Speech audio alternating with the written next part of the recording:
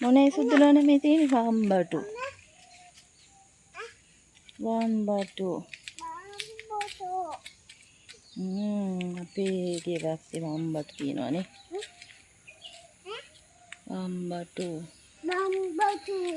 ඉතින් යාළුවනේ මේ අපිට ගොම්ම තියෙනවානේ හරක් ඉන්නවානේ.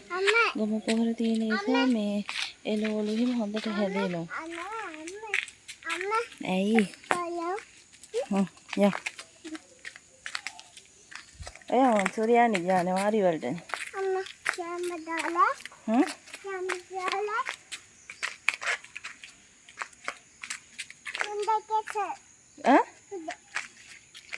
යා.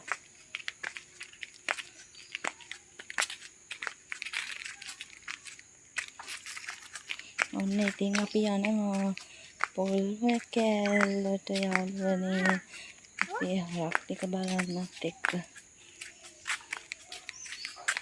පේනනේ අපේ බබා. තනියෙන් යනවා ඉතින් හොරෝ. අපිට නම් යාළුවනේ අද වහින්න වගේ.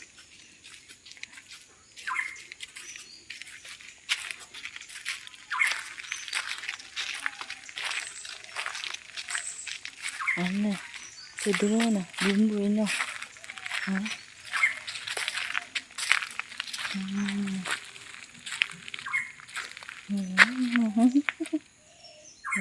අනේ නම්බ අන්තියකින් තියකින්